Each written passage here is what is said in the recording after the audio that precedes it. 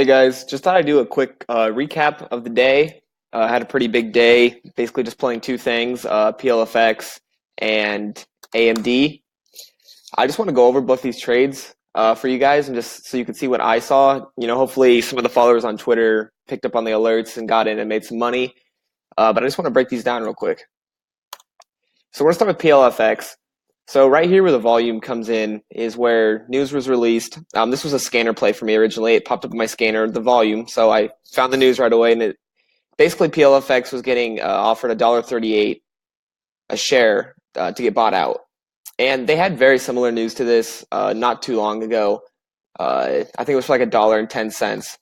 And so it basically says in here to purchase 100% of the unrestricted and open market shares of PLFX at $1.38 per share.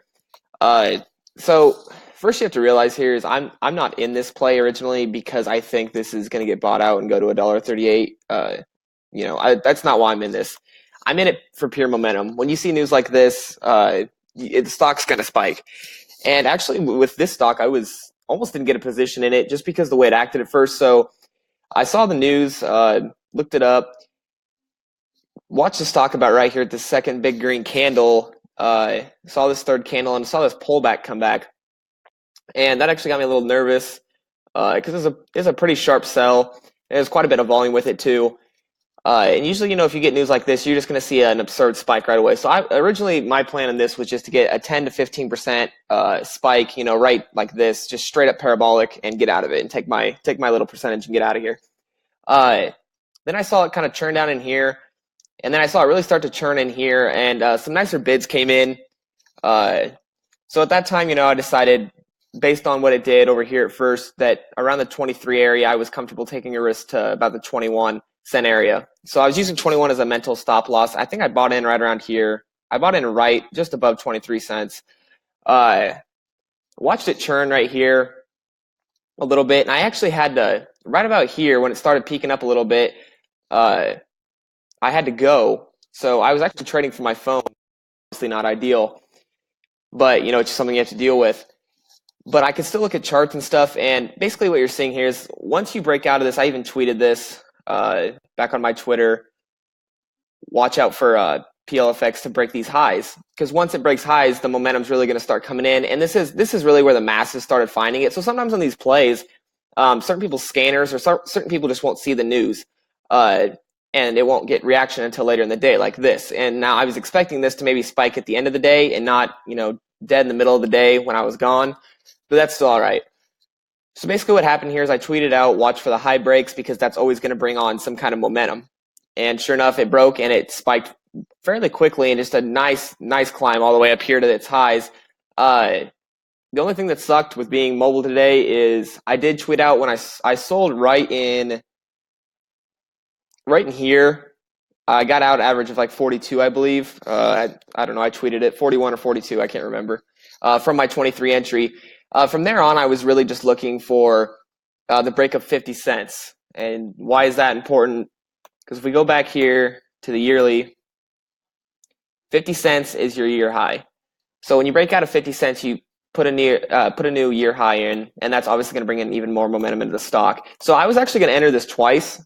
And that's definitely a play where you want to be a little less greedy. So like here, I watched it and I wrote up. Could I have sold half here and then rode the rest? Yes, I probably would have if I was home. But like I said, I was on the road. I set a stop loss, honestly, and got stopped out, which is fine. I'll take that gain. But another thing you got to look at here is I was watching the trades on my phone go through, and you could see just the peer pressure coming off right here. 49s would be taken out. They'd dip a little bit, but the bids would just come back in strong. And about right when I went, I think it was about right here, I went to try to grab some at like 47, and it just spiked straight through 50. And you saw we got a nice move almost to 54. So, I mean, there was another 10% to grab there off that high break. So that's another way you could have traded this, was just anticipating that high break, maybe buying at 47, set your stop at like 45. Or I would have done it, probably in that 45 range. So you're only risking 2 cents there. To gain over a 10% gain. So, it was a nice risk reward. It was just a small play, but it's just another way you could play off this stock. Kind of here towards the end of the day, things got nasty.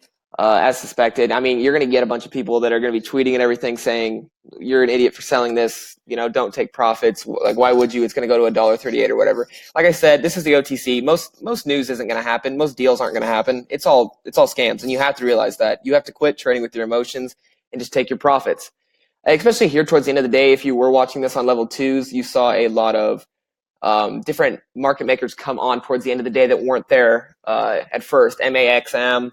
There was one more that came on too, and when you start getting a bunch of market makers coming in, you're probably going to see dilution start to happen, and the stock's really not going to move. And that's kind of what happened here. Just kind of filled it off the rest of the day. I almost bought down here, and would have been able to make a nice little jump, but I didn't just because I wasn't comfortable with the position. But yeah, I mean, all this was a momentum play.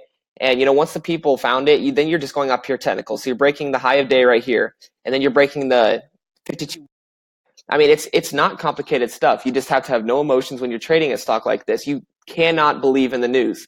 I don't care if it actually happens, and say this does go to $1.38. Good for people that bought right here and held, But that's also a good way to blow up your account. There's a big chance that this doesn't happen. So I'm fine with taking my 23 to 42 cent move and getting out of there. So that's what I'm saying. This is just a basic penny stock move, and it's a pretty repeatable one if you just trade with no emotions.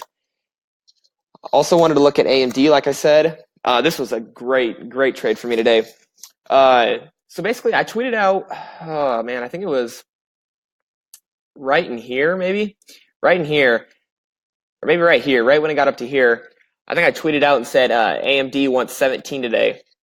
And I never took any calls. I almost did. I was very close. Kind of watched it and just watched it, just chop in between this little area right here that it kind of just chopped all day for the most part in. And there really wasn't no strength there.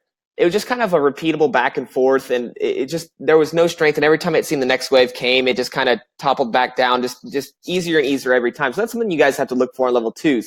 Like, this is hard for me to explain right here, this chart, because, it looks boring. It's just a little up and down movement right here. So it's hard for me to explain to you the action. But basically what I was seeing was weakness in the level 2s, because you're coming up, you're just topping almost at the exact same spot every time, and then you start even getting lower and lower tops. And once you start seeing these lower and lower tops, that's definitely a bad sign. So I think I bought puts right in here, I think. I bought puts around 17 or 18 cents, watched it chop. I think my stop limit was going to be 20 cents on my puts, so just a 2 cent stop. Watched it here and saw this initial breakdown right here. Once the stock got to about right here, I tweeted out, and this is my apologies. I never tweeted out when I actually made the position because I usually don't trade options. I'm just starting to do that more in the account. So I'll try to get those entries in better. But I did tweet out right here and saying AMD is going lower. Watch out. And right here we got the break right here. And once that new low happened, obviously I didn't anticipate this big a move, but we got a pretty big move, as you can see. And if we go back, when I'm trading these, I actually use the 3-minute chart. It just cleans everything up, and I just like it for day trading. I don't know why, but for these bigger stocks, or even when I trade options in Facebook or Nvidia, Netflix, anything like that, I always use 3-minute time frame. Everybody's different, but that's just what I prefer. But if we go back here on the 3-day chart, you can see we dropped down here and we stopped right at this resistance, or this support level, this support level from right here on Tuesday. So it's, a pretty good spot to stop. I would have figured we would have gotten the fall to stop right around the 16 area, but it still went through there. I think I sold right in here somewhere. I sold in the 80s from 16. I think it went up to, I think the puts went up to 95 or something. But it's a very good gain in a day. So I was very happy with that. Just lock in the profits. Don't be greedy, especially with options. Even more than penny stocks, just lock in your profits constantly. It's just the best way. The minute you start being greedy is the minute you're just going to get blown up. Your account's just going to be gone. So yeah, that's just the 2 trades I made today. There's not much I can break down here, honestly. If I can get the ticker right. There we go. I'm bad with tickers. But yeah, it was just a pretty good day. Just nice, basic. Like I said, going back to this is just something everybody can learn from. This is just basic patterns. You're just buying on the news right here. You're buying on the hype, not the actual news, which is always something that's important. Don't buy on your actual news. You buy on the hype. I rode the hype up, saw the break, let it ride for a little bit, and got out. And just took a nice gain off of it. So yeah, guys, that's it. Hopefully this just explains my pretty basic thought process from today. I like doing these videos. Might start doing some watch lists like this too, so just let me know what you think, and I'll see you later.